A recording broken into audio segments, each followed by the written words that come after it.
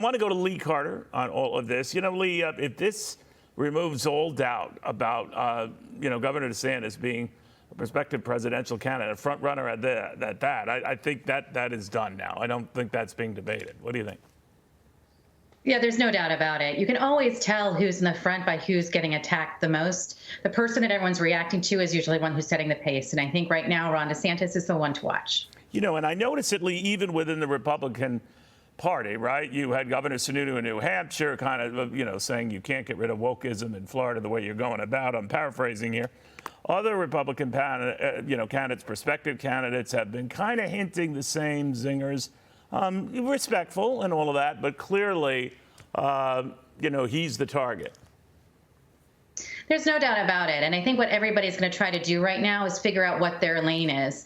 DeSantis has made his lane very, very clear. He's focused on freedom, staying open, being pro-business, and he's focused on dealing with immigration. Those are three things that you know about him. He doesn't have to find his lane. He's tough, he's out there, and that's what he's all about.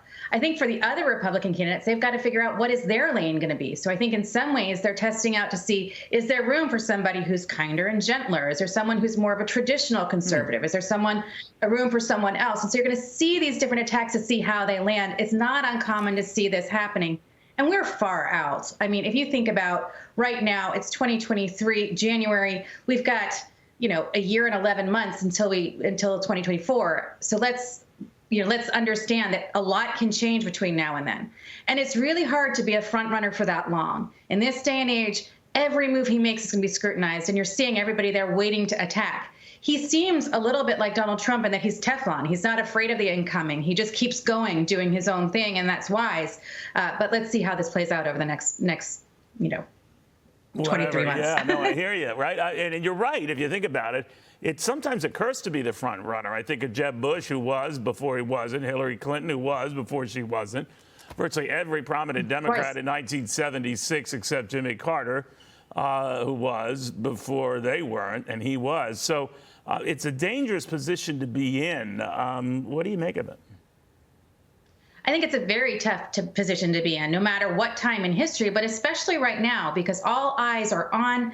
Scrutiny is huge, and attacks take hold with social media, with the way people can believe things today. It's really, really hard to stay on top. The question is, how is he going to deal with it and stay on top for as long as he is? He seems to be head down. I'm going to be focused on Florida, focused on doing my job, and just sort of deal with it as it comes. And I think that is very, very wise. I think he's also wise not to be announcing that he's running for president, so he can just focus on the state of Florida and not have to answer these larger questions. I think that's going to help him as well.